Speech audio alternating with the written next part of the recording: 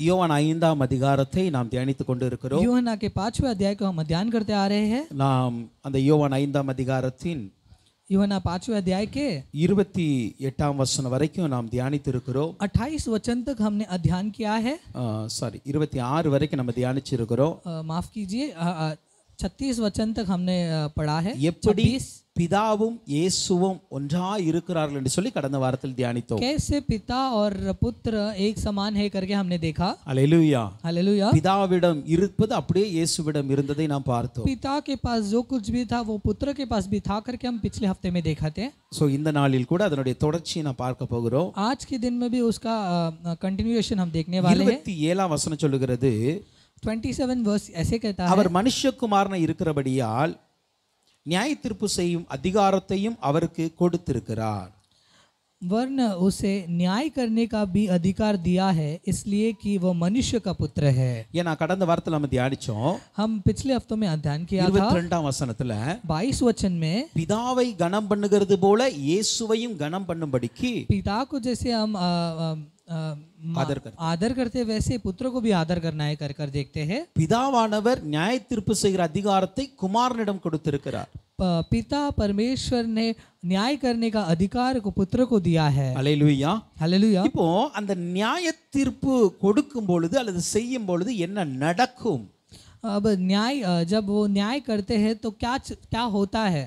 அதை தான் 28 லிருந்து 30ஆம் வசனம் வரைக்கும் நம்ம பார்க்கிறோம். उसे हम 28 से 30 तक हम देखते हैं. அந்த நியாய தீர்ப்பு செய்கிற அதிகாரத்தை கொடுத்திருக்கும் பொழுது वो न्याय का अधिकार जब उसने दिया है, அந்த நியாய தீர்ப்பின் நாள்ல उस न्याय के दिन में என்ன நடக்கும் என்பதை क्या होगा कर 28 லிருந்து 30ஆம் வசனம் வரைக்கும் நமக்கு 28 से 30 சொல்லப்பட்டிருக்கிறது. तक लिखा गया करके देखते சொல்லப்பட்டிருக்கிறது. हैं. वहाँ कहा गया है, இதை குறித்து நீங்கள் ஆச்சரியப்பட வேண்டாம், ஏனென்றால் பிரேத குழியுள்ள அனைவரும் அவருடைய சத்தத்தை கேட்கும் காலம் வரும், அப்பொழுது நன்மை செய்தவர்கள் ஜீவனை அடையும்படி எழுந்திருக்கிறவர்களாகவும் தீமை செய்தவர்கள் ஆக்கினையை அடையும்படி எழுந்திருக்கிறவர்களும் புறப்படுவார்கள். நான் என் சுயமாய் ஒன்றும் செய்கிறதில்லை, நான் கேட்கிறபடியே நியாயந்திருக்கிறேன். எனக்கு சித்தமானதை நான் தேடாமல் என்னை அனுப்பின பிதாவுக்கு சித்தமானதை நான் தேடுகிறபடியால் என் தீர்ப்பு நீதியாய் இருக்கிறது. इससे अचंभ मत करो, क्योंकि वह समय आते ही कि जितने खबरों में से है वे उसका शब्द सुनकर निकल आएंगे.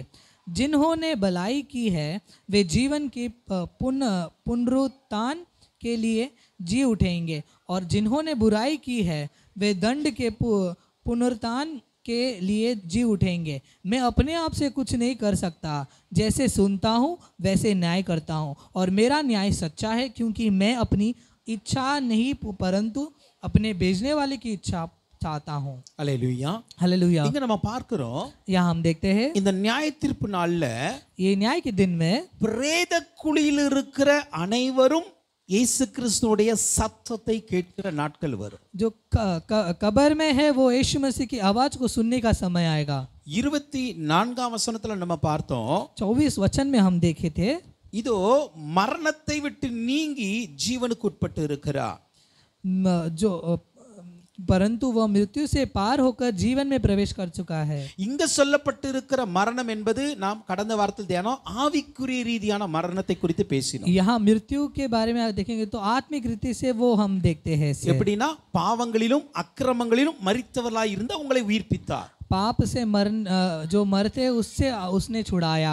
அது இந்த உலகத்தில் வாழ்கிற நாட்கள்ல இயேசு கிறிஸ்துவின் சத்தத்தை கேட்கிறவர்கள் மரணம் என்கிற அந்த பாவ வாழ்க்கையிலிருந்து விடுதலை ஆகுகிறார்கள். जो कोई यीशु मसीह के वचन को सुने, जब यीशु मसीह इस दुनिया में थे तब जो सुने थे उनको उससे छुड़ाए यीशु मसीह ने. அந்த மரணம் வந்து அது கேட்கிற நாட்கள் இன்றைய நாட்களா இருக்கிறது. वो मृत्यु जो है वो सुनने का समय अभी का समय है. ஆனால் இங்க சொல்லப்பட்டிருக்கிற வார்த்தையானது, लेकिन यहाँ जो कहा गया वचन है, பிரேத குழியில் இருக்கிற அனைவரும் அவருடைய சத்தத்தை கேட்கிற காலம் வரும். जितने कब्रों में थे वो सब उसके शब्द को सुनने लगे. அப்படி என்றால் उसका मतलब ये இங்கு है, சொல்லப்பட்டிருக்கிற அந்த பிரேத குழிகள் என்பது கல்லறை அல்லது அந்த என்ன அந்த கல்லறையில் இருந்து அல்லது பிரேத குழிந்து வழிகிற அந்த அனுபவத்தை குறிக்கிறது. वो कब्र से निकलने का एक अनुभव को दर्शाता है. அல்லேலூயா. हालेलुया. அல்லேலூயா. வேதத்தில் அதற்கு अनेक அத்தாட்சியான வசனங்கள் இருக்கிறது.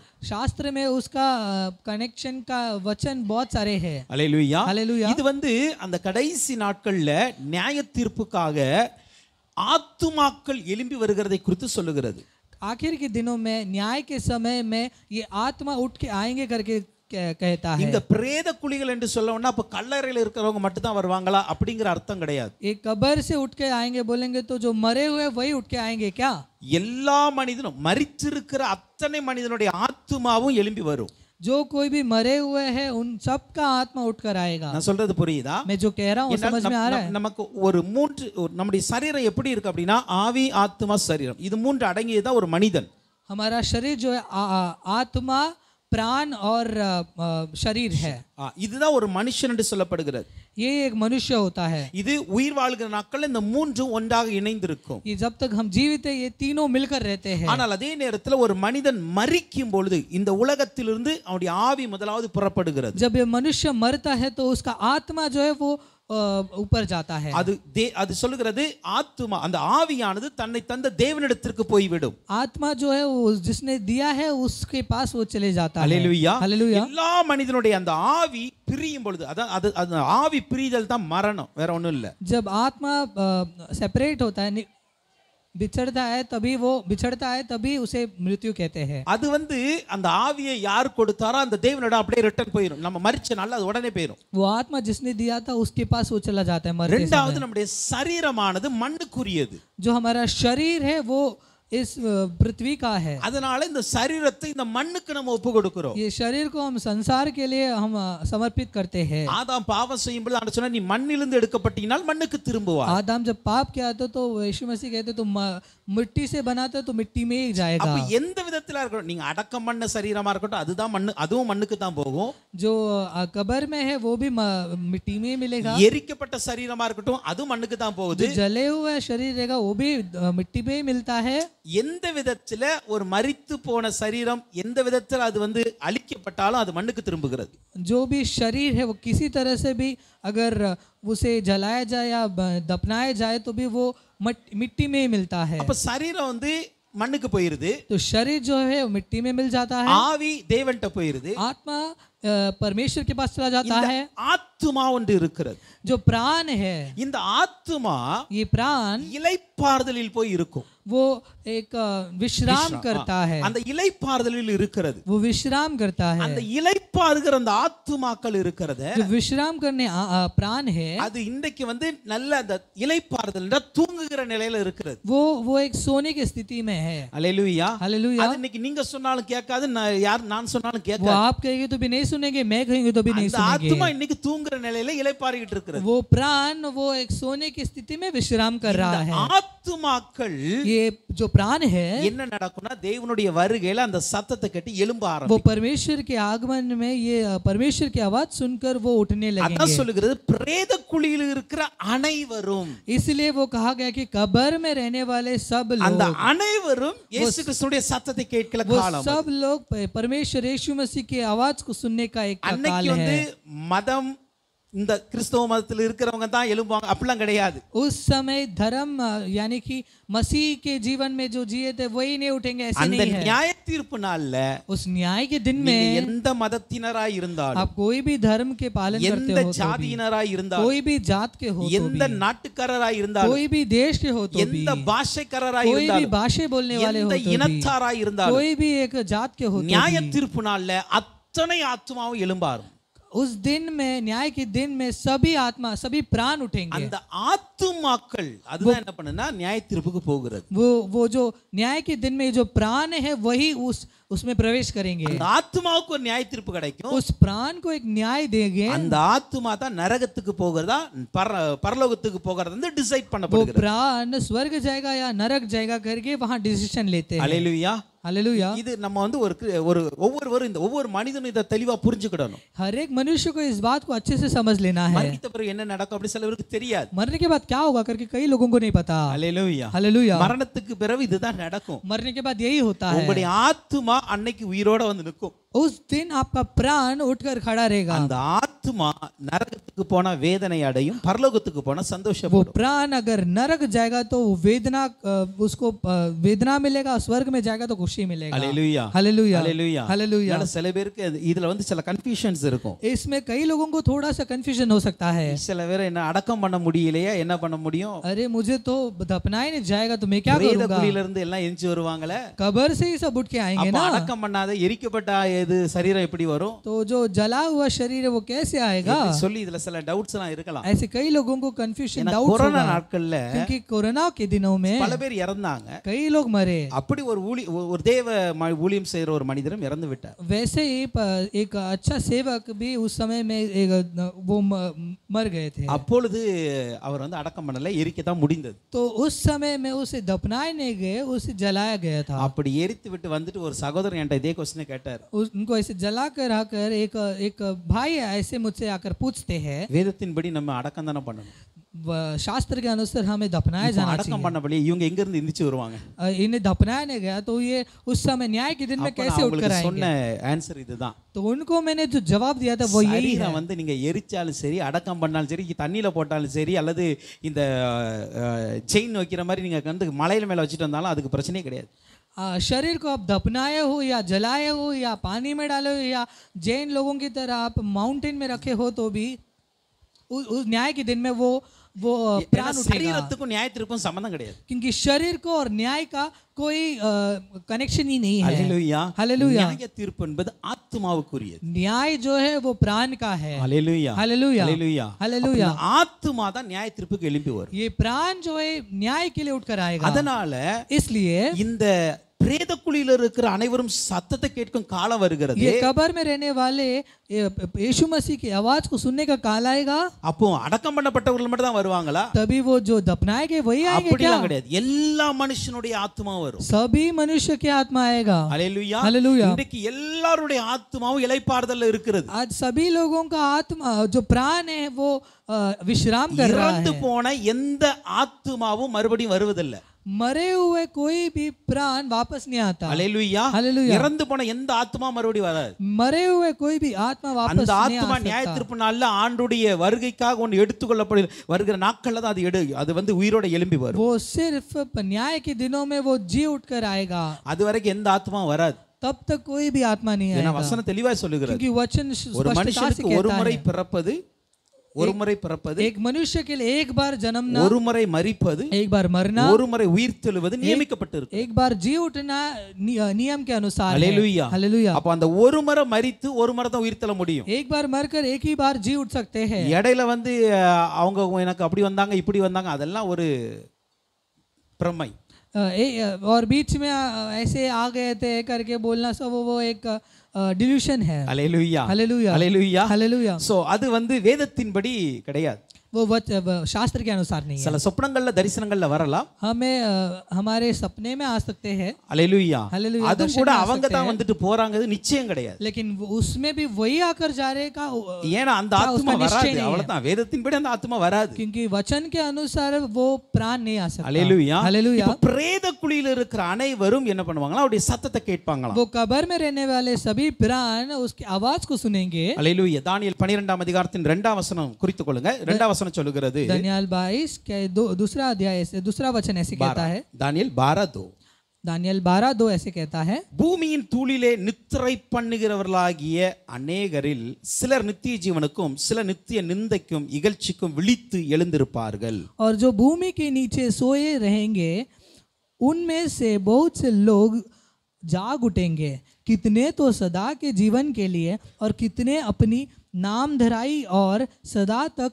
अत्यंत घिनौने ठहरने के लिए। ஹalleluya हालेलुया। பூமியின் தூளிலே நித்திரை பண்ணுகிறவர்கள், जो भूमि के नीचे जो सोए रहेंगे அதுல நிறைய பேர் இருக்கிறாங்க. उसमें बहुत सारे लोग அந்த हैं। வசனம் ரொம்ப தெளிவா இருக்குது.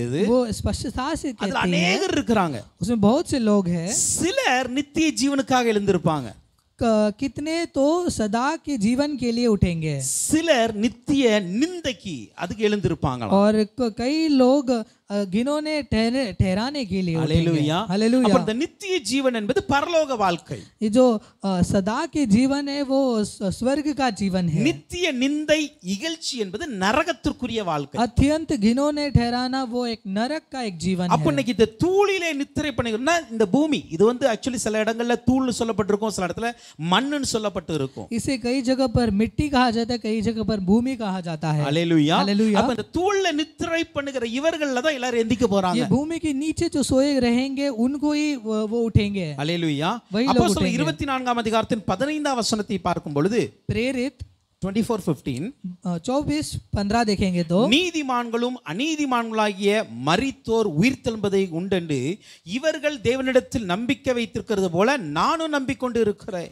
और परमेश्वर से आशा रखता हूँ जो वे आप भी रखते हैं कि धर्मी और अधर्मी दोनों का जी उठना होगा। அல்லேலூயா. हालेलुया। என்ன சொல்றாருன்னா நீதிமான்களும் உயிர்த்தெழுவார்கள் அநீதிமான்களும் உயிர்த்தெழுவார்கள். धर्मी भी जी उठेंगे, अधर्मी भी जी அப்ப उठेंगे। அந்த இயேசு கிறிஸ்துவுடைய அந்த நியாய தீர்ப்பு நாள்ல तो यीशु मसीह के न्याय के दिन में எல்லாருமே எழும்புவாங்க. सभी लोग उठेंगे, நீதிமான்கள் எழும்புவாங்க, அநீதிமான்கள் எழும்புவாங்க. धर्मी और अधर्मी दोनों उठेंगे। இந்த நம்பிக்கை தான் எனக்கும் இருக்கிறது என்று பவுல் அப்போஸ்தலர் ये சொல்றார். विश्वास मुझे है कर पौलुस प्रेरित ऐसे இது कहते हैं। எப்படி நடக்கும் அப்படின்னு நம்ம கேட்கலாம். ये कैसे होगा करके हम पूछ இத நான் सकते எப்படி हैं। நம்ப?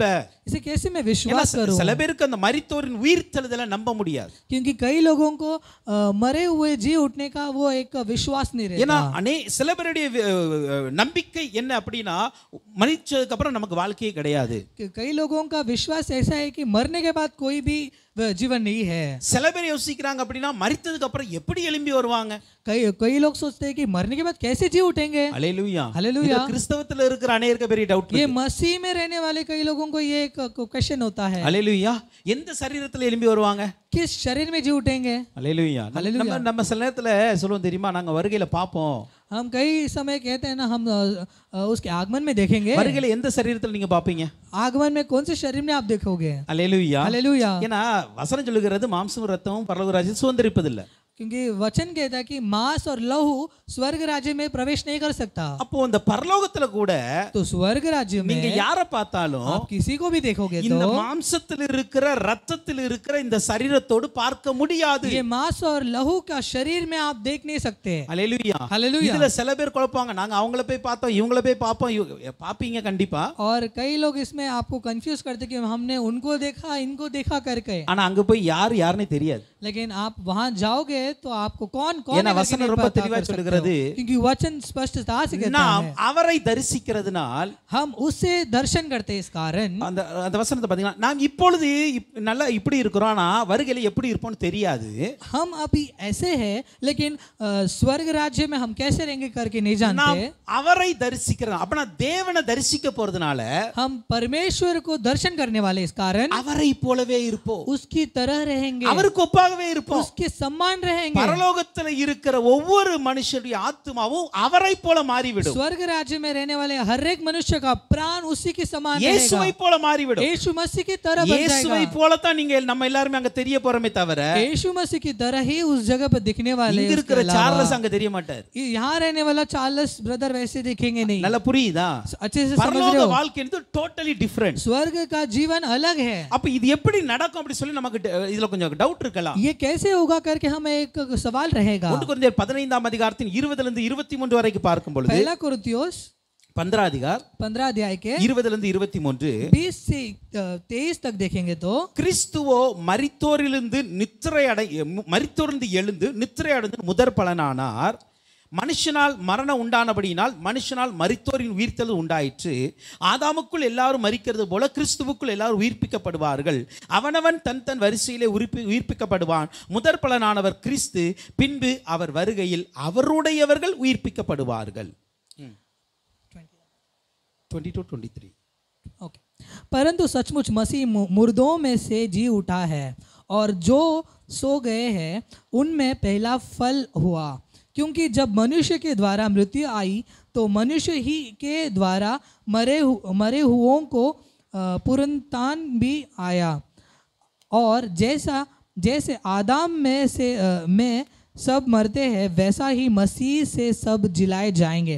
परंतु हर एक अपनी अपनी बारी से पहला फल मसीह, फिर मसीह के अपने पर उसके लोग। அல்லேலூயா.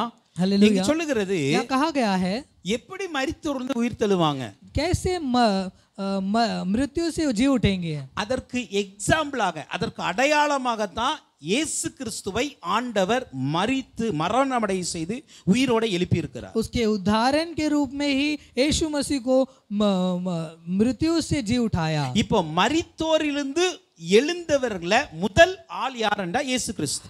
मृत्यु से जी उठने वाला सबसे पहला इंसान बोले तो यीशु मसीह। அல்லேலூயா. हालेलुया। நமக்கு ஒரு டவுட் வருங்க, हमें एक सवाल आएगा, இப்போ லாசர் இல்லையா, लाजरस नहीं है क्या? நாயின் ஒரு விதவையினுடைய மகன் இல்லையா, वो विधवा का बेटा नहीं है क्या? அல்லது பழைய ஏற்பாட்டு காலத்துல எலியாலாம் உயிர்ப்பிச்சாங்களே, या पुराने शास्त्र के एलिशा नहीं है क्या? அவங்க இல்லையா, वो नहीं है क्या? அவங்கெல்லாம் உயிர்ப்பிக்கப்பட்டார்கள், वो सब जी उठाए गए, ஆனால் மறுபடியும் மரித்தார்கள். लेकिन वापस मर गए थे। அன்றைக்கு ஒரு அற்புதத்திற்காக, ஒரு அதிசயத்திற்காக ஆண்டவர் அதை செய்தார். उस समय में एक चमत्कार के लिए एक चंगाई की है। அல்லேலூயா. हालेलुया। அந்த சூழ்நிலையில இயேசு கிறிஸ்து நம்முடைய நாமம் மகிமைப்பட வேண்டும் என்பதற்காக அதை செய்தார்.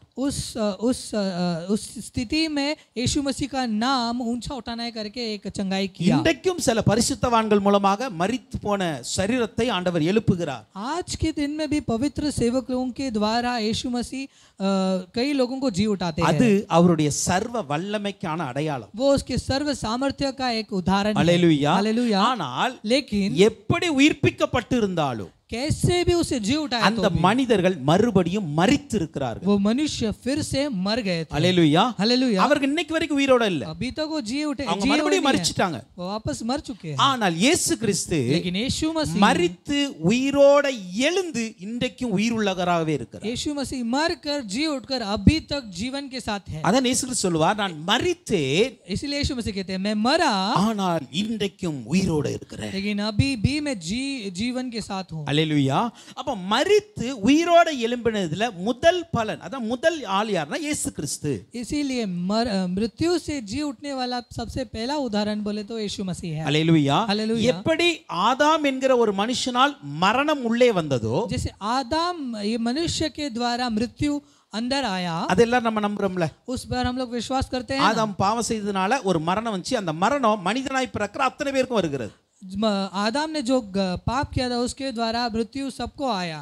அல்லேலூயா. அப்ப ஒரு மனுஷனால் மரணம் எல்லா மனுஷனுக்கும் வருகிறது என்றால், एक मनुष्य के द्वारा सभी लोगों को मृत्यु आया, तो இப்ப இயேசு கிறிஸ்து என்கிற ஒரு மனுஷனால் உயிர்த்தெழுதலும் எல்லா மனுஷனுக்கும் உண்டு. वैसे ही एक मनुष्य यीशु मसीह के द्वारा सभी लोगों को जी उठने का एक अनुग्रह मिलता है। இதுல எந்த ஒரு டவுட் இருக்கே வேண்டாம். इसमें कोई भी सवाल की कोई गुंजाइश नहीं है। ஆதாம் என்கிற ஒரு மனுஷன் மூலமாக மரணம் இன்றைய வரைக்கும் எல்லா மனிதரையும் ஆளுகை செய்கிறது. आदम के द्वारा अभी तक जो भी मनुष्य सबको मृत्यु का दंड मिला है। அப்ப இயேசு கிறிஸ்து என்கிற ஒரு மனுஷனால எல்லா மனிதர்களுக்கும் ஒரு உயிர்த்தெழுதலும் இருக்கு என்பதை மறந்துடக்கூடாது. इसी तरह यीशु मसीह के द्वारा सभी लोगों को जी उठने का एक अनुग्रह है। அதான் வசனம் சொல்லுகிறது, इसलिए वचन कहता है ஆதாமுக்குள் எல்லாரும் மரிக்கிறது போல आदम के अंदर जैसे सब मरते हैं, கிறிஸ்துவுக்குள் எல்லாரும் உயிர்ப்பிக்கப்படுவார்கள். मसीह के अंदर सब जी उठाए அப்ப இந்த உயிர்ப்பித்தல் என்பது கிறிஸ்துவுக்குள் வருகிறது.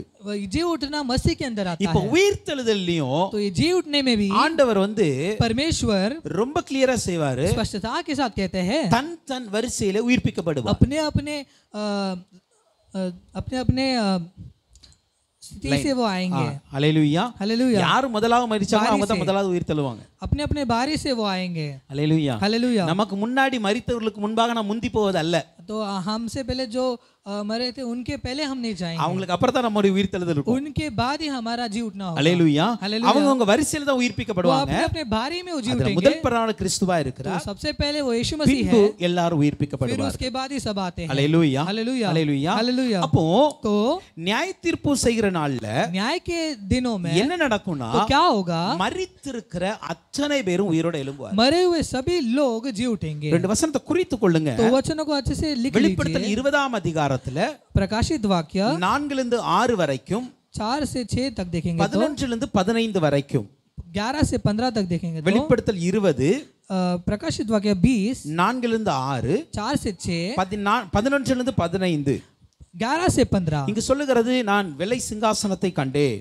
फिर मैंने एक सिंहासन को देखा அந்த வெள்ளை சிங்காசனத்துக்கு முன்பாக और उस सिंहासन के सामने இயேசு கிறிஸ்துவை பற்றிய சாட்சி நிமித்த கொல்லப்பட்டவர்கள் எழும்புகிறார்கள். यीशु मसीह से पाया हुआ गवाही से मरे हुए लोग जी उठते அந்த हैं. மிருகத்தின் முத்திரையை வாங்காதவர்கள் எழும்புகிறார்கள், நிற்கிறார்கள். वो जानवर का जो साइन है उसे जिसने नहीं लिया है वो सब எழும்புறாங்க. वो सब जी उठते हैं. இந்த ரெண்டு குரூப்பும் ये दोनों जो ग्रुप எழும்பி है 1000 வருஷம் அரசாலும். ये जी उठकर 1000 साल वो राज्य करते யாருன்னா हैं. இயேசுவை பற்றிய சாட்சி நிமித்தம் கொல்லப்பட்டவர்கள். जो कोई यीशु मसीह के गवाही से मारे गए थे. அதே போல அந்த என்ன சொல்றது அந்தி கிறிஸ்து நாட்கள்ல அந்த முத்திரையை தரிக்காதவர்கள். वो एंटी क्राइस्ट के दिनों में जो वो जानवर के साइन को जिसने नहीं लिया है वो जो मरे गए थे वो भी जी उठेंगे. அவர்களும் உயிரோட எழும்புவாங்க. वो भी जी उठेंगे. இவங்க 1000 வருஷம் அரசாளுவாங்க. ये दोनों ग्रुप जो है वो 1000 साल वो राज्य करेंगे. उसके बाद என்ன நடக்கும்னா ஒரு வெள்ளை சிங்காசனம் வருகிறது. एक सफेद सिंहासन आता அந்த है. வெள்ளை சிங்காசனத்துக்கு முன்பாக उस सफेद सिंहासन के सामने பூமி வானம் எல்லாம் அகன்று தூர போகுது. जो भूमि और जो आकाश है वो सब हट जाता அப்ப है. சொல்லுகிறது तो कहा जाता है மரித்தோராகிய சிறியோரையும் பெரியோரையும் தேவனுக்கு முன்பாக நிற்க கண்டே. मरे हुए जो छोटे बड़े सब यीशु मसीह के सामने खड़े हुए देखा. அப்ப மரித்தோராகிய சிறியவர்களா இருந்தாலும் பெரியவர்களா இருந்தாலும் தேவனுக்கு முன்பாக வந்துருவாங்க அந்த சிங்காசனத்துக்கு முன்பாக. मरे हुए छोटे या बड़े वो सिंहासन के सामने आ जाते हैं. அங்கதான் ஜீவ புஸ்தகங்கள் திறக்கப்படுகிறது. वही जीव का पुस्तक खोला जाता है. அல்லேலூயா. जीवन का அங்கதான் நியாய தீர்ப்பு வருகிறது. वही न्याय दिया जाता है. அங்கதான் ஒரு மனிதன் நரகத்துக்கு போகணுமா அல்லது பரலோகத்துக்கு போகணுமா என்பது தீர்ப்பு கொடுக்கப்படுகிறது. वही वो एक प्राण जो है वो स्वर्ग जाना है कि नरक जाना है करके वो निर्णय लेते हैं. அல்லேலூயா. हालेलुया. அப்போ அந்த நியாய தீர்ப்பு நாள்ல முதலாவது பிரேத குழியில் இருக்கிற அத்தனை பேரும் அப்பனா மரித்து இருக்கிற அத்தனை பேரும் இயேசு கிறிஸ்துவுடைய சத்தத்தை கேட்டு எழும்பி வருவாங்க. पहले न्याय के दिनों में जो भी मरे हुए वो कब्र में से निकलकर वो जी उठते हैं. அல்லேலூயா. हालेलुया. இப்போ அப்படி எழும்பின உடனே ऐसे जी उठते ही என்ன நடக்கும்னா क्या होगा? ரெண்டு காரியம் நடக்கிறது. दो कार्य होता है. நன்மை செய்தவர்கள் ஜீவனை அடையும்படி எழும்புவாங்க. भलाई जो किए थे वो सदा जीवन वो प्राप्त करते हैं. தீமை செய்தவர்கள் ஆக்கினையை அடையும்படி எழுந்திருக்கிறார்கள். और जिसने अधर्मी था वो नरक प्राप्त करता है. அல்லேலூயா. புரியுதா? அப்ப நன்மை செய்தவங்க जो भलाई किए हैं ஜீவன் அந்த நித்திய ஜீவனை அடையும்படி எழும்பி வருவார்கள். अनंत काल का जीवन प्राप्त करते हैं. தீமை செய்தவர்கள் ஆக்கினை என்ற நரகத்தை அடையும்படி जो எழும்பி गलत வருவார்கள். काम किए हैं वो अग्नि का नरक वो प्राप्त करते அத हैं. மத்தேயு 7ஆம் அதிகாரம் 17 இருந்து 19 வரைக்கும் பார்க்கும் பொழுது मत्तियों के किताब 7ஆம் அதிகாரம் 7वां अध्याय के 17 இருந்து 19 குறித்துக் கொள்ளுங்க. उसे लिख लीजिए 15 से 16 அங்க तक. சொல்லுகிறது நல்ல மரம் நல்ல கனிகளை கொடுக்கும், अच्छा वृक्ष अच्छा फल देगा. கெட்ட மரமோ கெட்ட கனிகளை கொடுக்கும். बुरा पेड़ जो है वो बुरा फल देगा. நல்ல மரம் கெட்ட கனிகளை கொடுக்க மாட்டாது. अच्छा पेड़ बुरा फल नहीं देगा. அங்க என்ன சொல்லுகிறதுனா तो यहाँ क्या कहा गया நல்ல கனி கொடாத மரம் எல்லாம் வெட்டுண்டு அக்கினியிலே போடப்படும். बुरे फल देने वाले जो पेड़ है उसे काट कर अग्नि में फेंका जाएगा. அல்லேலூயா. हालेलुया. அப்போ அந்த கெட்ட கனிகள் அப்படின்னா தீமை செய்தவர்கள். इसमें बोला गया है कि बुरे फल यानी कि जो अधर्मी है. அல்லேலூயா. हालेलुया. அவர்கள் அக்கினி அந்த அக்கினி கடலுக்கு போவார்கள், நரகத்திற்கு वो போவார்கள். अग्नि के वो सागर में जाएंगे. அல்லேலூயா. हालेलुया. அல்லேலூயா. हालेलुया. அதே போல நீங்கள் ரோமர் 2ஆம் அதிகாரத்துல கூட பார்க்க முடியும். रोमियो के दूसरा अध्याय में देख सकते हैं. நீங்க ஜஸ்ட் குறித்து கொள்ளுங்க. 6ல இருந்து 11 வரைக்கும் பார்க்கும் பொழுது 6 से 11 तक देखेंगे तो அங்க சொல்லுகிறது அவனுடைய கிரியைக்கு தக்க அவர் பலனளிப்பார். वो उस अपने अपने कामों के अनुसार वो उसको देगा. அவன் நல்ல கிரியை செய்தா மகிமை நித்திய जीवन கிடைக்கும். अगर वो अच्छा काम किया सुकर्म किया रहेगा तो उसको अच्छा महिमा मिलेगा और அதே आदर நேரத்துல मिलेगा. लेकिन उसी समय சண்டைக்காரராய் இருந்து जो विवाद करता है சத்தியத்திற்கு கீழ்ப்படியாமல் उस सत्य को नहीं मानता है, அநியாயத்திற்கு கீழ்ப்படிகிறவர்களுக்கு अधर्म को मानता है तो கோபாக்கனை வரும். क्रोध और कोप पड़ेगा. அல்லேலூயா. हालेलुया. அல்லேலூயா. हालेलुया. நன்மை செஞ்சா மகிமை கிடைக்கும். तो अगर भलाई करेंगे तो महिमा ஆனா मिलेगा. தீமை செஞ்சா அவருடைய கோபம் தான் நமக்கு வரும். लेकिन अधर्मी करेंगे तो उसका क्रोध मिलेगा. அல்லேலூயா. हालेलुया. அல்லேலூயா. हालेलुया. இப்போ இப்படி நம்ம ஒவ்வொரு வசனத்தை நம்ம நிறைய பார்க்க முடியும். तो ऐसे कई वचनों में हम देख सकते हैं. வேதத்துல நம்ம பார்க்கும் பொழுது 1 தெசலோனிக்கர் 4ஆம் அதிகாரம் ஜஸ்ட் குறித்து 1 தெசலோனிக்கர் 4ஆம் அதிகாரம் पहला थिस्सलुनीकियों के 4वां अध्याय में 13 இருந்து 17 வரைக்கும் நீங்க பார்க்க முடியும். 13 से 14 तक देखेंगे तो 1 கொரிந்தியர் 15ஆம் அதிகாரம் पहला कुरिन्थियों पहला अध्याय के 15 அதிகாரம் 15 अध्याय के 51 ல இருந்து 53 வரைக்கும் நீங்க பார்க்க முடியும். 51 से 50 3 तक देखेंगे तो அங்க பார்க்கும் பொழுது उसमें देखेंगे तो இவங்க எல்லாருமே நம்ம எல்லாம் எழும்புவோம், हम सब जी उठेंगे, ஆனா நல்ல காரியங்களை செய்தவர்கள், लेकिन भलाई किए हुए இந்த உலகத்தில் வாழும்போது நன்மை செய்தவர்கள் इस दुनिया में जब भलाई किए थे ஜீவனை நித்திய ஜீவனை சுதந்திரிக்க अनंत எழும்புவாங்க. जीवन को पाने के लिए जी ஆனா उठेंगे। அதே நேரத்துல लेकिन उसी இந்த समय உலகத்துல தீமை செய்தவர்கள் जो कोई भी इस दुनिया में गलत काम किए हैं அவர்கள் என்ன பண்றாங்க அப்படின்னா நரகத்துக்கு நேராக எழும்புகிறார்கள். वो नरक की ओर जी उठते हैं। ஒரே ஒரு வசனத்தை நம்ம பார்க்கிறோம். और एक वचन को हम देखेंगे வெளிப்படுத்தல் 22ஆம் அதிகாரத்திற்கு प्रकाशित वाक्य 22 अध्याय के 11-12 வசனத்தை பார்க்கும் பொழுது 11 और 12 देखेंगे तो வெளிப்படுத்தல் 22:11-12ல प्रकाशित वाक्य 22 अध्याय के 11 और 12 देखेंगे அங்க சொல்லுகிறது, तो वहां लिखा गया है அநியாயம் செய்கிறவன் இன்னும் அநியாயம் செய்யட்டும், जो अन्याय करता है वो अन्याय ही करते रहे, அசுத்தமா இருக்கிறவன் இன்னும் அசுத்தமா இருக்கட்டும், जो मलिन है वो मलिन बना रहे, நீதி செய்கிறவன் இன்னும் நீதி செய்யட்டும், और जो धर्मी है वो धर्मी बना रहे, பரிசுத்தமுள்ளவன் இன்னும் பரிசுத்தமாகட்டும், और जो पवित्र है वो पवित्र बना रहे। அவனுடைய கிரியைக்கு தக்கபடி அவனவனுக்கு நான் அளிக்கும் பலன் என்னோட கூட வருகிறது. हर एक के काम के अनुसार वो उसको मिला जाएगा, அல்லேலூயா. उसको प्रतिफल मिलेगा। இயேசு கிறிஸ்து ரொம்ப தெளிவாக தன்னுடைய கடைசி வசனங்களை சொல்லுகிறார். तो यीशु मसीह अपने आखिर के वचनों में स्पष्टता के साथ कहते हैं। இந்த வெளிப்படுத்தல் அதிகாரத்தின் 22ஆம் அதிகாரம் கடைசி அதிகாரம். प्रकाशित वाक्य के 22वां अध्याय जो है वो आखिरी अध्याय है। அதுல ரொம்ப தெளிவா சொல்றாரு, उसमें स्पष्टता के साथ कहते हैं அநியாயம் செய்றீங்களா செஞ்சுக்கிட்டே இருங்க, अन्याय करते हो क्या और करते रहो, நீங்க பரிசுத்தமா வாழ விரும்புறீங்களா இன்னும் அதிகமா பரிசுத்தமாகுங்க, पवित्र हो क्या तो पवित्र बने रहो, நீங்க நீதி செய்றீங்களா இன்னும் அதிகமா நீதி செய்யுங்க, और अब धर्मी करते हो क्या अब धर्मी बने रहो, அல்லது நான் அசுத்தமா இருக்குன்னு நினைக்க இன்னும் अசுத்தமா இருங்க. अब मलिन हो तो अब मलिन बनते रहो। ஆனா ஒரு காரியத்தை புரிந்து கொள்ளுங்க, लेकिन एक कार्य को अच्छे से समझ लीजिए, அவனுடைய கிரியைக்கு தக்கதான பலனா கொண்டு வருவேன். हर एक के काम के अनुसार उसको प्रतिफल मिलेगा। அல்லேலூயா, हालेलुया, அல்லேலூயா. हालेलुया। அத பிரசங்கில கூட इसलिए हम प्रसंगी में देखते हैं, வாலிபனை குறித்து எழுதும் பொழுது उसमें एक जवान के बारे में लिखा गया எழுதப்பட்டு है। இருக்கும், उसमें लिखा है, வாலிபனே हे जवान, உன் கண்ணுக்கு பிடிச்ச மாதிரி நீ நட, तुझे कैसे अच्छा लगा वैसे जी, உன் கண்ணுக்கு பிடிச்ச மாதிரி நீ நட, तो तेरे आंखों के जैसे तू चल, உன்னுடைய இருதயத்துக்கு ஏற்ற மாதிரி நீ வாழு, तेरे हृदय के अनुसार तू जी, ஆனா लेकिन நியாய தீர்ப்பு நாள்ல நிக்கணும், அதை மறந்துடாத. लेकिन न्याय के दिन में तुझे खड़ा रहना याद रख। அல்லேலூயா, हालेलुया। புரியுதா? நான் என் கண்ணுக்கு பிடிச்சிருக்குப்பா நான் அதெல்லாம் செய்றேன், मेरे आँख को पसंद इसलिए मैं कर रहा हूँ, எனக்கு பிடிச்சிருக்கு அதனால செஞ்சுக்கிட்டு இருக்கிறேன், मुझे पसंद इसलिए कर रहा அது हूँ। சொல்ற, நீ உன் கண்ணுக்கு பிடிச்ச மாதிரிலாம் நீ வாழு, तू जैसे जीना वैसे जी, मन உன் के हिसाब से இருதயத்துக்கு जी, சந்தோஷமா இருக்கு பண்ணலாம் நீ செய், तेरे मन के अनुसार तू चल, ஆனா ஒண்ணு ஞாபகத்துல வச்சுக்க, लेकिन एक ध्यान रखना, நீ செய்கிற ஒவ்வொரு கிரியைக்கும் தக்க பலன் பரலோகத்திலிருந்து உனக்கு வருகிறது. तू किया हुआ हर एक क्रिया का प्रतिफल तुझे स्वर्ग राज्य में मिलेगा। நியாய தீர்ப்பு நாள்ல அந்த கிரியைக்கேற்ற பலனை ஆண்டவர் கொடுப்பார். न्याय के दिन में उस कार्य का वो प्रतिफल देगा, அதை நாம் மறந்து விட கூடாது. उसे हमें नहीं भूलना है। அதே 22ஆம் அதிகாரம் வெளிப்படுத்தல் 22ஆம் அதிகாரத்துல उसी 22वां अध्याय के 14-15 வசனம் சொல்லுகிறது. 14-15 வசனம், 14 और 15 देखते हैं तो, ஜீவ விருட்சத்தின் மேல் அதிகாரம் உள்ளவர்களாகிறதுக்கும் வாசல்கள் வழியாய் நகரத்திற்குள் பிரவேசிப்பதற்கும் அவருடைய கற்பனையின்படி செய்கிறவர்கள் பாக்கியவான்கள்.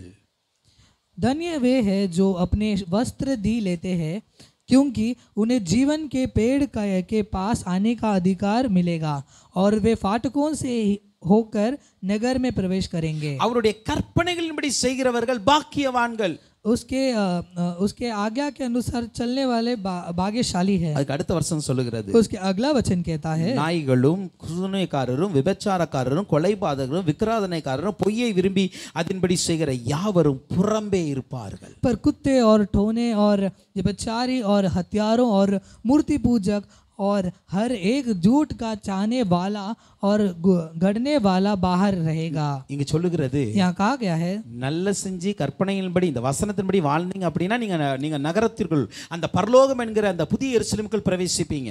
जो ये शास्त्र के अनुसार जिएगा वो नए यरूशलेम में प्रवेश करेगा। ஆனா மற்ற எல்லாருமே, लेकिन दूसरे लोग அதுக்கு புறம்பே இருப்பார்கள், उसके बाहर रहेंगे। அல்லேலூயா, हालेलुया। அப்ப இந்த நியாய தீர்ப்பு நாள்ல ये न्याय के दिनों में ரெண்டு சம்பவம் நடக்கிறது. दो संभव होते हैं। ஒன்று एक சத்தத்தை மரித்திருக்கிற அத்தனை பேரும் சிறியோரா இருக்கட்டும் பெரியரா இருக்கட்டும் அத்தனை பேரும் அவருடைய சத்தத்தை கேட்டு எழும்புவாங்க. मरे हुए छोटे या बड़े वो सब उसके आवाज को सुनकर जी उठते हैं. அப்படி எழும்பினவர்கள் ऐसे उठे हुए நியாய சிங்காசனத்துக்கு முன்பாக போய் நிற்க வேண்டும். वो सिंहासन के सामने खड़े அந்த रहेंगे. நியாய சிங்காசனத்துக்கு முன்பாக वो न्याय के सिंहासन के இந்த सामने மனிதன் வாழ்கிற இந்த நாட்களில இந்த பூமியில வாழ்கிற நாட்களில वो मनुष्य इस संसार में जिए हुए दिनों को அவன் எப்படி वो வாழ்ந்திருக்கானோ कैसे जिया, நன்மை செய்தவனாய் வாழ்ந்தானோ தீமை செய்தவனாய் वो வாழ்ந்தானோ भलाई किया बुराई किया, அதற்கு ஏற்ற பலனை அந்த தீர்ப்பை அவர் கொடுப்பார். उसके अनुसार उसको एक निर्णय मिलता है. நன்மை செய்தவர்கள் நித்திய ஜீவன் என்கிற பரலோகத்துக்கு போவாங்க. जो भलाई किए वो स्वर्ग राज्य में वो जाएंगे. தீமை செய்கிறவர்கள் ஆக்கினை என்கிற நரகத்திற்கு போவார்கள். वो जो बुराई किए वो अग्नि यानी कि नरक में जाएंगे. ஹல்லேலூயா. हालेलुया. அப்போ மரித்தோர் அந்த சத்தத்தை கேட்கிற நாட்கள் இதெல்லாம் நடக்கும். जो मरे हुए वो ये आवाज सुनकर ये सब चलेगा, ஹல்லேலூயா. होगा. இரண்டாவது சம்பவத்தை நம்ம அங்க பார்க்கிறோம். दूसरा एक संभव को हम देखते हैं 31 வசனம் 32 வசனத்துல இருந்து 31 और 32 में देखते हैं. அந்த அதுக்கு கீழ இருக்கிற அத்தனை வசனத்தின் சாராம்சத்தை முதல்ல நான் சொல்லியிருந்தேன். 33 से जो नीचे है वो सब हम एक सारांश में बताऊंगा. அங்க இயேசுவை குறித்ததான சாட்சி சொல்லப்பட்டு இருக்கிறது. यीशु मसीह का गवाही वहां कहा गया है. என்ன சாட்சி சொல்லப்பட்டு இருக்கிறது? कौन सा गवाही? இயேசு கிறிஸ்து இப்படி சொல்றாங்க 31 வசனத்துல, यीशु मसीह 31 वचन में ऐसे कहते हैं, என்னை குறித்து நானே சாட்சி கொடுத்தால் என் சாட்சி மெய்யாயிராது. मेरे बारे में मैं गवाही दूंगा तो वो सही नहीं रहेगा. ஹல்லேலூயா. हालेलुया. என்ன குறித்து நானே சாட்சி கொடுக்க கூடாது. मेरे बारे में मैं खुद गवाही नहीं அப்படி दूंगा. சொல்லிட்டு அவர் சொல்றாரு, ऐसे वो என்னை कहते हैं குறித்து சாட்சி கொடுக்கிறவர் வேற ஒருவர் இருக்கிறார். मेरे बारे में गवाही देने के लिए और एक है. ஹல்லேலூயா. हालेलुया. யூதர்களுடைய சட்டத்தின்படி यहूदियों के नियम के அல்லது अनुसार நியாயப்பிரமாணத்தின்படி या न्याय के अनुसार ஹல்லேலூயா நாம் பார்க்கும் பொழுது हम देख सकते हैं ஒரே ஒரு சாட்சியை கொண்டு ஒரு மனிதனை நியாயம் தீர்க்க கூடாது. एक गवाही से किसी भी इंसान को न्याय नहीं देना होना. ஹல்லேலூயா. हालेलुया. அது எப்படின்னா तो उसका मतलब यह ஒரு है மனுஷன் குற்றவாளி என்று சொல்லப்படுகிறார். एक मनुष्य दोषी है कर ठहराते இப்போ हैं. நீதிபதி அங்க வர்றாரு, அவருக்கு முன்பாக கொண்டு வரப்படுகிறார். जो न्याय देने वाला है, இப்போ குற்றவாளி என்று குற்றம் சுமத்தப்பட்ட மனிதன் जो दोषी है, தான் குற்றம் செய்யவில்லை என்று நிரூபித்து விடுதலை ஆக வேண்டும். वो दोषी अपने निर्दोष है कर अगर उसे बताना है तो, அல்லது नहीं இவன் तो குற்றம் செய்தவன் என்று சொல்லி நிரூபித்து இவனுக்கு தண்டனை கொடுக்க तो வேண்டும். दोषी है कर करना है तो उसके लिए भी गवाही की இப்ப जरूरत है. விடுதலை பண்ணப்பட வேண்டியதா இருக்கலாம், उसे छुड़ाना हो तो, அல்லது தண்டனை கொடுக்க வேண்டிய नहीं तो இடத்திலும் இருக்கலாம். दंड भी देना हो ஆனால் तो, இந்த ரெண்டுக்குமே दोनों के लिए ஒரே ஒரு சாட்சியை கொண்டு நீங்க விடுதலையும் பண்ண முடியாது, தண்டனையும் கொடுக்க முடியாது. एक गवाही से आप इसे छुड़वा भी नहीं सकते हो या दंड भी नहीं दिला सकते हैं. ஹல்லேலூயா. हालेलुया. யோவான் 8 அதிகாரம் 17 வசனம் சொல்லுகிறது, யோவான் 8वां अध्याय के 17 இரண்டு वचन பேருடைய से कहता சாட்சி है, உண்மை என்று உங்கள் நியாயப்பிரமாணத்தில் எழுதியிருக்கிறது. दो लोगों के गवाही सच्चा है कर न्याय के शास्त्र में लिखा எங்க है. எழுதியிருக்கிறது? कहाँ लिखा है? உபாகமம் 19 அதிகாரம் 15 வசனத்தில் எழுதப்பட்டு இருக்கிறது. உபாகமம் 19:15 व्यवस्था 19:15 में लिखा है. அங்க சொல்லுகிறது, वहाँ लिखा गया है, ஒருவன் எந்த அக்கிரமத்தையாவது अगर एक कोई भी अधर्म काम அல்லது को எந்த பாவத்தையாவது या कोई भी एक पाप को செய்தான் என்று சொல்லப்பட்டால் किया तो ஒரே சாட்சியினால் நியாயம் தீர்க்க கூடாது. एक गवाही से उसे न्याय नहीं करना है. 2-3 சாட்சிகளுடைய வாக்கினாலே காரியம் நிலைவரப்பட 2 வேண்டும். या 3 गवाही से ही उसे एक दंड मिलना चाहिए. நான் சொல்றது புரியுதா? तो आप समझ रहे हो? அவனை விடுதலை பண்ண வேண்டியதா இருந்தாலும் சரி, தண்டனை கொடுக்க வேண்டியதா இருந்தாலும் சரி, 2-3 சாட்சி வேணும். उसको छुड़ाना हो या दंड करना हो तो भी 2 या 3 गवाही की जरूरत है. அதுதான் இயேசு கிறிஸ்து சொல்றாங்க. ये यीशु मसीह कहते என்ன हैं, குறித்து நானே சாட்சி கொடுத்தா अगर मैं मेरे बारे में अगर गवाही दूं तो என் சாட்சி மெய்யாயிராது. मेरा जो गवाही है वो सच्ची ही அப்படினா नहीं உங்க रहेगी. சட்டத்தின்படி அல்லது நியாயப்பிரமாணத்தின்படி அது சரியான கிடையாது. वो न्याय के अनुसार वो सही नहीं है. என்னை குறித்து சாட்சி கொடுக்கிற வேறொரு இருக்கிறார். मेरे बारे में गवाही देने के लिए और एक है. அல்லேலூயா. हालेलुया. இப்போ இந்த அதிகாரத்தின் அந்த கடைசி வசனம் வரைக்கும், அந்த 47 வசனம் வரைக்கும் பார்க்கும் பொழுது इस अध्याय के 47 वर्ष तक अगर हम देखेंगे तो இங்கு यहाँ ஒரு 6 விதமான சாட்சிகள் இருக்கு. एक 6 तरह का गवाही लिखा गया है. அல்லேலூயா. हालेलुया. நான் கொஞ்சம் சுருக்கமா அதை சொல்லி நான் முடிக்க ஆசைப்படுறேன். इसे मैं एक सारांश में कहना चाहता हूँ. அல்லேலூயா. हालेलुया. இப்போ அந்த அந்த சாட்சி இருக்குல்ல, ये जो गवाही है, அப்படியே நம்முடைய வாழ்க்கையிலும் இருக்க வேண்டும். वैसे ही गवाही हमारे जीवन में அதற்கு भी நான் होना முடிந்த அளவு நான் உங்களுக்கு எக்ஸ்பிளைன் பண்ண விரும்புறேன். चाहिए। इसलिए मैं उसे आपको मैं समझाना चाहता இப்போ हूँ। 32 वசனத்தை பாருங்க. अभी 32 वर्स को देखिए, என்னை 32 को। குறித்து சாட்சி கொடுக்கிறவர் வேறொருவர் இருக்கிறார்.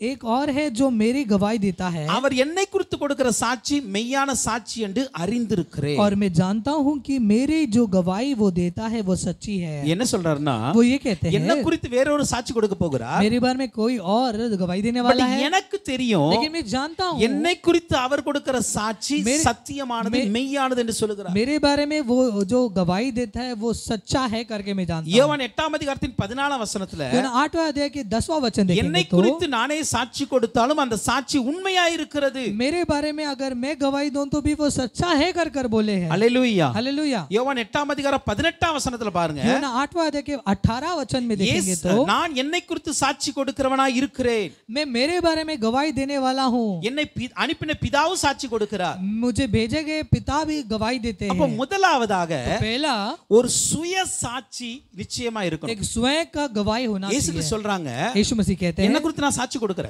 मेरे बारे में एक गवाही देता அந்த हूँ, சாட்சியை பிதாவும் கொடுக்கிறார். उसी गवाही को पिता भी देते हैं। நான் கொடுக்கிற சாட்சி பொய்யா இருக்காது, मैं जो गवाही देता हूँ वो सच्चा அது है, உண்மையா இருக்கும். वो सच्चा है। அப்போ இயேசு கிறிஸ்து தனக்குள்ளே ஒரு செல்ஃப் விட்னஸ் வச்சிருந்தார், ஒரு சுய சாட்சியை வைத்திருந்தார். यीशु मसीह अपने अंदर एक स्वयं का एक गवाही रखे हैं। அப்படியே எந்த ஒரு மனுஷனும் वैसे ही हर एक मनुष्य को தனக்குள்ளே ஒரு சுய சாட்சியை வச்சிருக்கணும். अपने अंदर एक स्वयं का एक गवाही को रखना है। அல்லேலூயா, हालेलुया, அல்லேலூயா. हालेलुया। பாருங்களேன், நமக்குள்ளே நம்மை குறித்ததான ஒரு சாட்சி இருக்கணும்.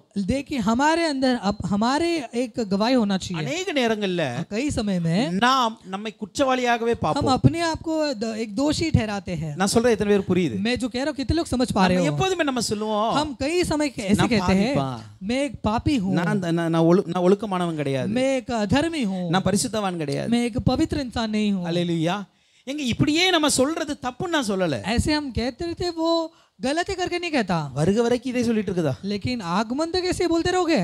அல்லேலூயா. हालेलुया। எங்க நம்மை குறித்து நாம் கொடுக்கிற சாட்சி நல்ல சாட்சியா இருக்கிறதா? क्योंकि हमारे बारे में हम जो गवाही देते हैं वो भला है क्या? நீங்கள் உங்கள் பாவங்களை அறிக்கையிடுகிறது தவறல்ல. आप अपने पापों को कबूल करना गलत नहीं है। அறிக்கையிட்ட பின்பு உங்கள் விசுவாச அறிக்கை இருக்க வேண்டும், நான் நீதிமான் என்கிற அறிக்கை. कबूल करने के बाद विश्वास का एक कबूल आपके अंदर होना चाहिए। வசனம் என்ன சொல்லுது? वचन தன் क्या कहता பாவங்களை है? மறைக்கிறவன் வாழ்வடைய மாட்டான், अपने पाप को छुपाने वाला ஜீவனை जीवन नहीं पाएगा, அதே நேரத்துல அதை அறிக்கை செய்து விட்டு விடுகிறவன் இரக்கம் பெறுவான். लेकिन उसे कबूल कर कर उसे छोड़ने वाला वो अनुग्रह पाएगा, அப்ப அந்த இரக்கம் எனக்கு दया கிடைச்சா पाएगा। वो दया अगर मिलेगा तो நான் யாரா மாறுவேன் தெரியுமா? मैं कौन बनूंगा? பாவியா இருக்கிறேன்னா என் பாவத்தை அறிக்கை செய்து விட்டு விட்டதுனால நான் பரிசுத்தவனாய் மாறுகிறேன். पापी मैंने कबूल कर कर छोड़ दिया इसलिए मैं पवित्र बन जाऊंगा। அல்லேலூயா. हालेलुया। ஒரு நம்மை குறித்து நமக்குள்ளே எப்போதும் ஒரு நல்ல சாட்சி இருக்கணும். हमारे अंदर हमारे लिए एक अच्छा गवाही होना चाहिए। மற்றவங்க நம்மளை குறித்து எப்படி சொல்றாங்க ஒரு பக்கம் இருக்கட்டும், दूसरे लोग हमारे बारे में जो कहते हैं उसे साइड में रख நான் दो, அடுத்த பின்னாடி வாரம் அதுக்கு. वो उसके बारे में हम पीछे आएंगे। ஆனா ஃபர்ஸ்ட் நாம நம்ம குறித்து என்ன சொல்றோம்? लेकिन हम अपने बारे में क्या कहते हैं? பிலிப்பியர் 1 அதிகாரம் 8 வசனத்துல வாங்க. फिलिप्पियों पहला अध्याय के 8वां वचन देखेंगे तो, இயேசு கிறிஸ்துவின் உருக்கமான அன்பிலே यीशु मसीह के प्यार में உங்கள் எல்லார் மேலும் हम सब में எவ்வளவோ வாஞ்சியா இருக்கிறேன் कितना ही मैं चाहत के साथ என்பதற்கு हूं, தேவனே எனக்கு சாட்சி. उसके लिए पिता ही गवाही அவர் है। சொல்றாரு, वो कहते हैं பிலிப்பியரே, फिलिप्पियों நான் உங்க மீது எவ்வளவு அன்பு வச்சிருக்கேன் मैं தெரியுமா? आपके ऊपर कितना प्यार रखा நான் हूं, உங்களுக்காக எவ்வளவு உருகி உருகி ஜெபிக்கிறேன் தெரியுமா? आपके लिए कितना मैं பிரார்த்தனை करता प्रार्थना करता हूं।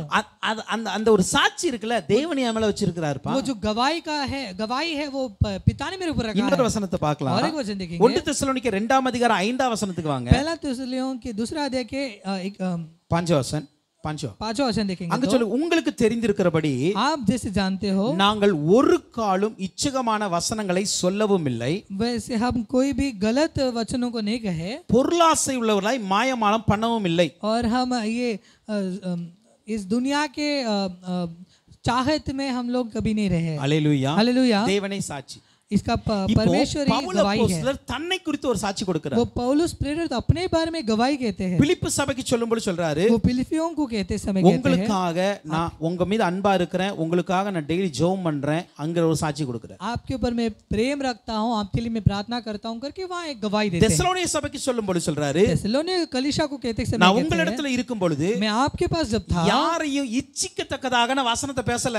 मैं किसी को भी लस्ट के इसमें देखा नहीं। அப்படினா யாரையும் சாட்டிஸ்ஃபைட் பண்ணனும், யாரையும் திருப்தி ஆக்கணும் அப்படினு சொல்லி நான் வசனத்தை பேசல. मैं किसी को चाहत किसी को मैं प्रसन्न करूं वैसे मैंने गवाही नहीं दिया। ஹalleluya हालेलुया। அடுத்து சொல்றாரு, நான் ஒரு பொருளாசை உடையவனா உங்க மத்தியில வாழவும் இல்ல. मैं आपके बीच में कोई भी चाहत के साथ नहीं था। ஹalleluya அப்ப दुनिया எந்த के அளவுக்கு किसी चाहत தன்னை குறித்து அவர் சாட்சி கொடுக்கிறார் तो பாருங்க. अपने बारे में कैसे गवाही देते करके சொல்ல வர தாட் என்னன்னா, वो कहने वाला सोच क्या है, என்னுடைய பிரசங்கமா இருக்கட்டும், मेरा என்னுடைய प्रचार हो, ஊழியமா இருக்கட்டும், मेरा सेवकाई हो, எந்த ஒரு மனுஷனை திருப்திப்படுத்தல, தேவனை தான் किसी திருப்திப்படுத்து. भी मनुष्य को प्रसन्न नहीं किया, बस परमेश्वर यीशु मसीह को वो प्रसन्न அதே किया। மாதிரி वैसे ही எந்த ஒரு பிரசங்கமா இருக்கட்டும், எந்த ஒரு ஊழியமா कोई भी இருக்கட்டும், प्रचार हो या सेवकाई हो, நான் பணத்திற்காக பண்ணல. मैं पैसे के लिए नहीं किया। இதுதான் அவரை குறித்து சொல்லுகிற சாட்சி. यही वो अपने बारे में एक दिया गया एक गवाही है। இன்னைக்கு இப்படி நம்மிடம் நல்ல சாட்சி இருக்கிறதா? इस दिनों में हमारे पास ऐसे गवाही है क्या? இதை பேதுரு ரொம்ப அழகா எழுதுவார். ऐसे पत्रुस बहुत अच्छे से 1 பேதுரு 3ஆம் அதிகாரம் 16ஆம் வசனத்துல, पहले पत्रुस पहला अध्याय के 16 वचन, तीसरा அதிகாரம் 16 வசனம், तीसरा अध्याय के 3ஆம் அதிகாரம் 16ஆம் வசனத்துல, கிறிஸ்துவுக்கு ஏற்ற உங்கள் நல்ல நடக்கையை मसीह के लिए अच्छी चाल चलन தூசிக்கிறவர்கள் जो तुच्छ करते हैं, உங்களை அக்கிரமக்காரர் என்று உங்களுக்கு விரோதமாய் சொல்லும் விஷயத்துல वो आपके खिलाफ अधर्मिक करने का जो बोलते हैं, வெட்கப்படும்படிக்கு वो अपमान होंगे। நல் மனசாட்சி உடையவர்களாய் இருங்கள். अच्छा एक दिल रखिए। என்ன சொல்ல வர்றாருன்னா, तो क्या यहाँ क्या कहना நீங்க चाहते हैं? கிறிஸ்துவுக்குள்ள ரொம்ப நல்லா வாழ்றீங்க, आप मसीह में बहुत अच्छा जीवन जीते हो, ஆனா அதே நேரத்துல लेकिन उसी समय உங்களுக்கு விரோதமா இருக்கிறவங்க, लेकिन आपके खिलाफ रहने உங்களை वाले, தூசிக்கணும்னு நினைக்கிறவங்க, आपको वो गलत बोलने அவங்க वाले, என்ன பண்றாங்கன்னா உங்களுக்கு விரோதமான வார்த்தையை பேசுறாங்க. आपके विरोध वो शब्द को छोड़ते நீங்க हैं। நல்லா வாழ்றீங்க, आप अच्छे जीवन जी रहे ஆனா हो, அவங்க சொல்றாங்க நீங்க நல்லா வாழல அப்படிம்பாங்க. लेकिन वो कहते हैं कि आप अच्छे जीवन नहीं நீங்க जीते हो, பரிசுத்தமா இருப்பீங்க, आप पवित्र जीवन ஆனா அவங்க जीते हो, சொல்றாங்க நீ பாவியா இருக்க அப்படிம்பாங்க. लेकिन वो कहेंगे तू पापी है। இப்படி கிறிஸ்துவுக்குள் உங்கள் நல்ல நடக்கைகளை ऐसे मसीह में आपके अच्छे चाल चलन को சில பேர் தூசிக்கிறாங்க, कई लोग उसे निंदा करते ஆனா हैं, அவர்கள் வெட்கப்படும்படிக்கு लेकिन वो अपमान लिए इसलिए நீங்கள் நல் மனசாட்சி உடையவராய் இருங்க. आप एक अच्छे मन के साथ रहिए। இந்த நல் மனசாட்சி வேற இடத்துல வராது, எனக்குள்ளே நான் கொடுக்கிற சாட்சி தான் நல்ல மனசாட்சி. ये अच्छा गवाही, मन का गवाही जो है मेरे अंदर ही आएगा। அப்போ நமக்கு முதலாவதாக நம்மை குறித்து நம்முடைய மனசாட்சி சொல்லணும், நீ நல்லவன் சொல்லணும்.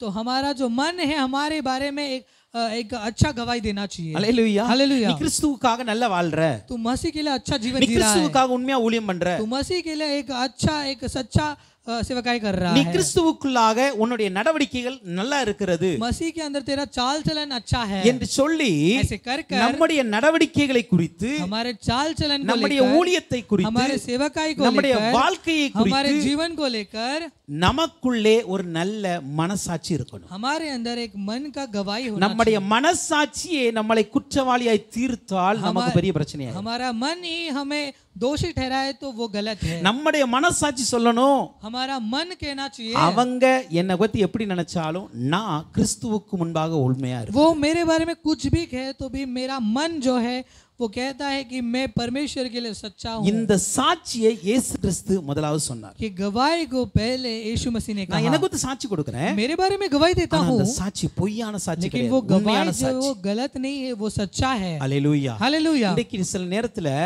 आज के दिन में நாம் நம்மை குறித்து மற்றவர்களிடம் பேசும் பொழுது हमारे बारे में दूसरे लोगों के पास कहते समय பொய்ய சொல்லிரலாம், झूठ बोल सकते हैं, ஏமாத்திரலாம், हम उन्हें हम लोग ट्रिक कर सकते हैं, அவங்கள நம்ப வச்சிரலாம். उन्हें विश्वास करा सकते हैं, ஆனா மனசாட்சிய நீங்க பொய் சொல்லி ஏமாத்த முடியாது. लेकिन मन की गवाही को आप झूठ बोलकर उसे आप ट्रिक नहीं कर सकते। ஹல்லேலூயா. हालेलुया। புரியுதா?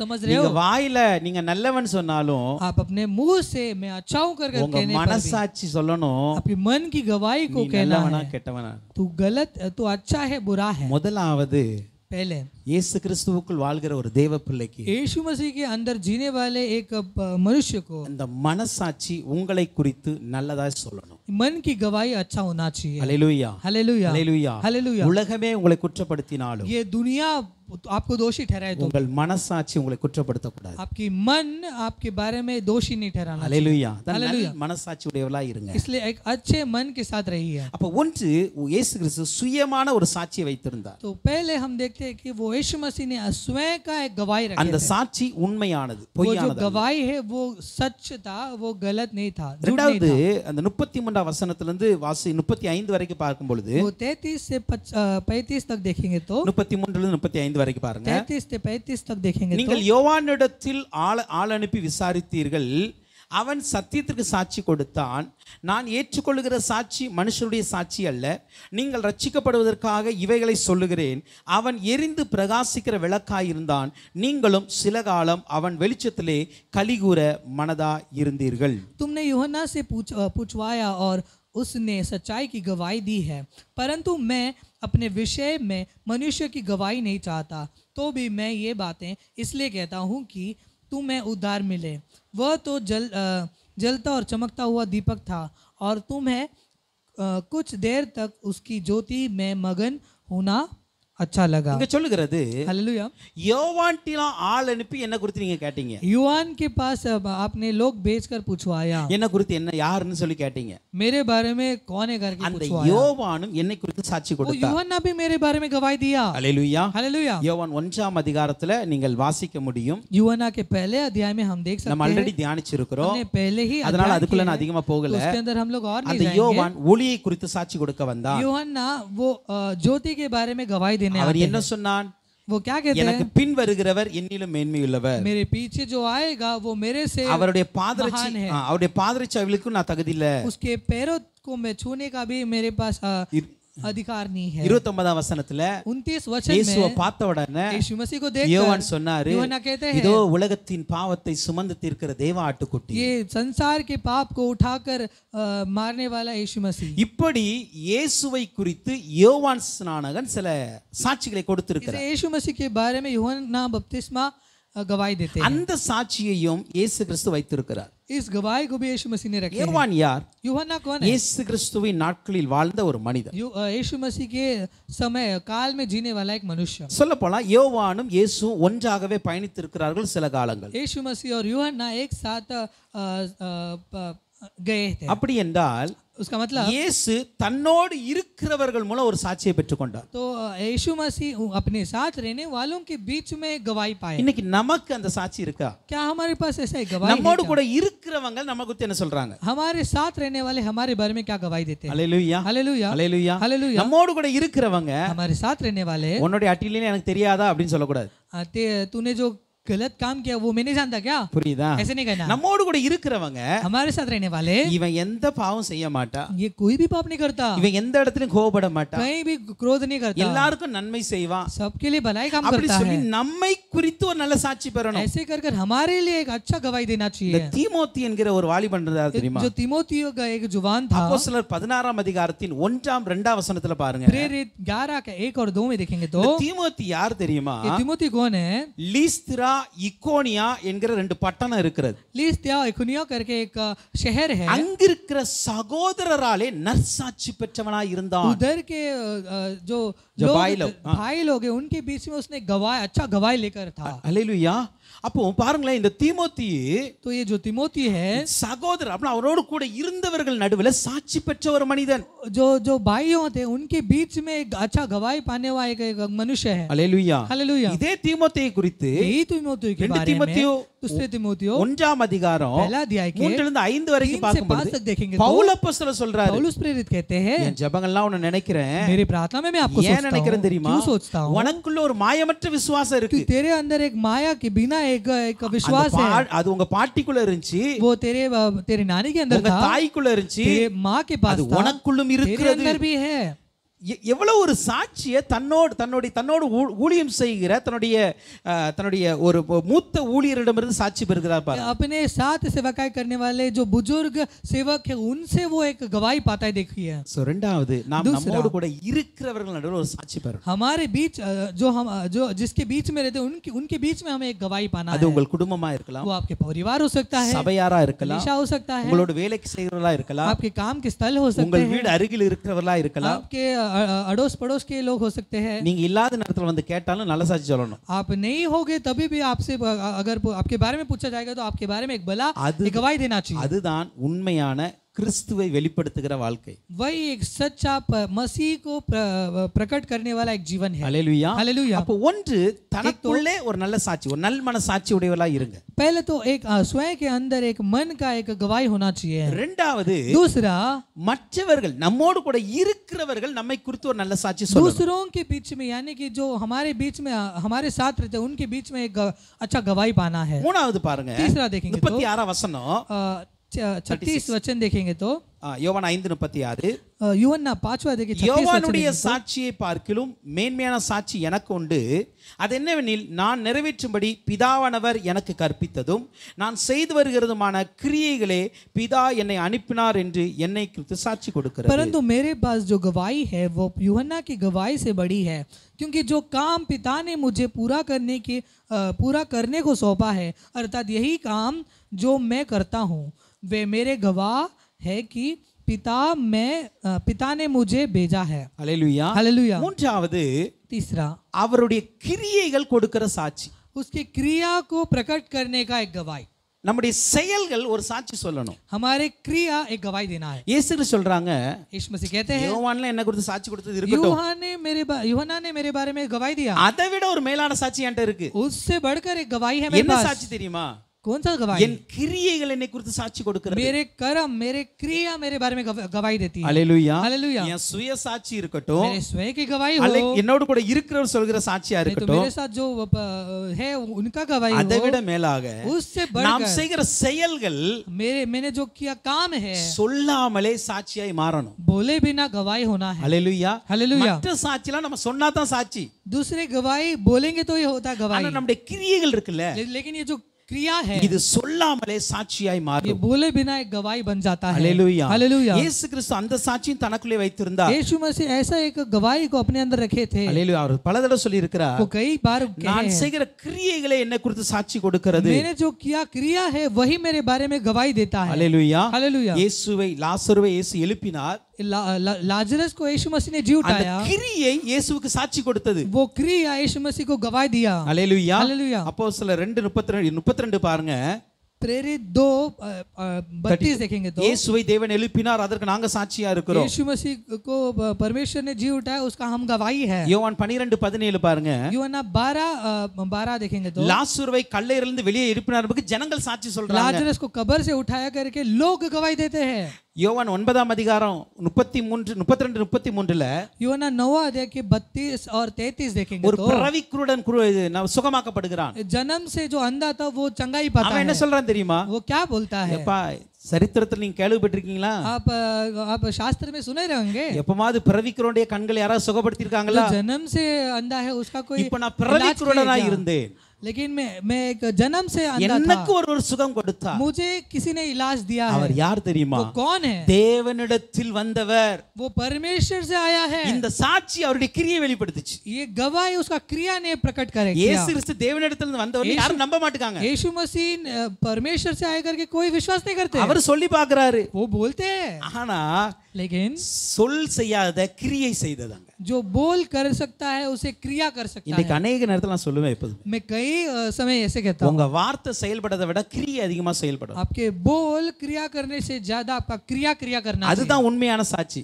वही सच्चाई गवाही है. ஆனா அதே நேரத்துல लेकिन उसी समय யோவான் 8:9 यूहन्ना 8वां अध्याय के 9वां वचन देखेंगे तो அங்க சில பேருடைய கிரியைகள் சாட்சி சொல்லுச்சு. वहाँ कई लोगों के काम गवाही देते हैं. என்ன கிரியை சாட்சி சொல்லுச்சு தெரியுமா? कौन सा क्रिया गवाही देती ஒரு है? விபச்சார ஸ்திரியை பிடிச்சு கொண்டு வந்தாங்க. एक व्यभिचार स्त्री को पकड़ कर लाते हैं. எல்லாரும் கல்லறின்னு அப்படினாங்க. सब पत्थर फेंकना करके இயேசு कहते கிறிஸ்து हैं. ஒன்னு சொன்னாங்க, यीशु मसीह ने एक உங்களிடத்தில் सवाल பாவம் करते இல்லாதவன் முதலாவது கல்லறிய கடவுள். हैं. आपके बीच में जो पापी नहीं है वो उसके ऊपर पत्थर मारेगा. வசனம் சொல்லுகிறது, वचन कहता है, தங்கள் மனசாட்சியினால் கடிந்து கொள்ளப்பட்டு वो अपने मन की गवाही से वो बंधन में आते हैं। பெரியோர் முதல் சிறியோர் வரைக்கும் छोटे से बड़े तक ஒவ்வொருவராய் போய்விட்டார்கள். सब एक एक करके चले गए। இப்போ तो இவங்க போனதுக்கு காரணம் என்ன? ये जाने का कारण क्या है?